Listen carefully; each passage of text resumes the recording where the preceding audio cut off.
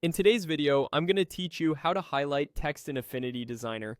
By the end, you'll know exactly how to add a clean, readable highlight behind your text so it pops on your canvas and matches your design. First, open the Affinity Designer app on your computer. Give the program a moment to load, then make sure your project or document is visible on the canvas. You can work with any layout, posters, social graphics, or UI mockups. The highlighting process is the same across the board. Next, click on the text you want to highlight. When the text object is selected, you'll notice a bounding box around it and the text controls available across the top of the interface. If you're working with a longer paragraph, you can click anywhere within that text object to select it. If it's a headline or a short label, a single click will do.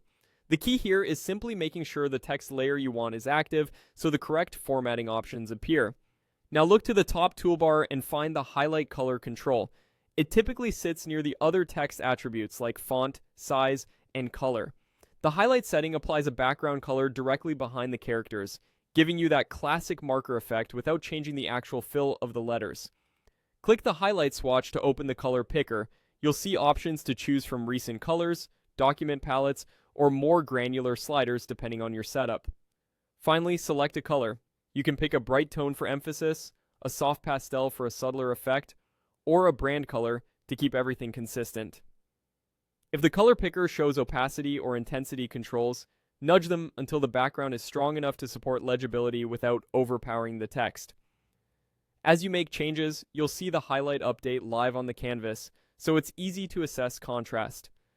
If your text is light, darker highlights tend to work best. For dark text, choose a lighter highlight that still keeps the letters crisp.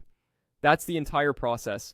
Open Affinity Designer, click on your text, choose highlight color at the top, and select the shade you want. It's a quick, non-destructive way to draw attention, improve readability over busy imagery, and keep your design tidy.